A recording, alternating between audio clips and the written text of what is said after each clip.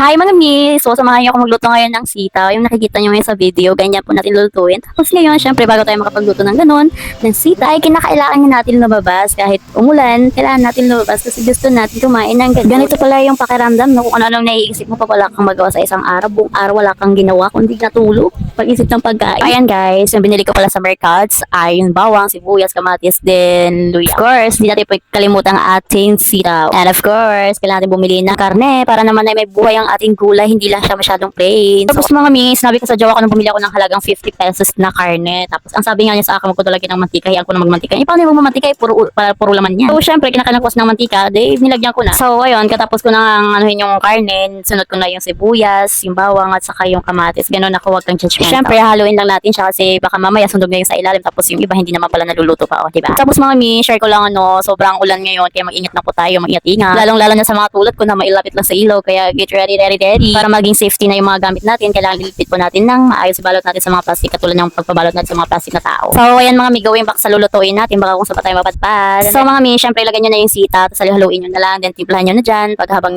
nagpapakulo. Then, ayan, tikman nyo syempre, baka mamaya maalat naman, no? So, ayun lang naman guys, sinama ko lang kayo kasi nag-crave ako ng gulay, ikaw hindi ba, bumili ka na.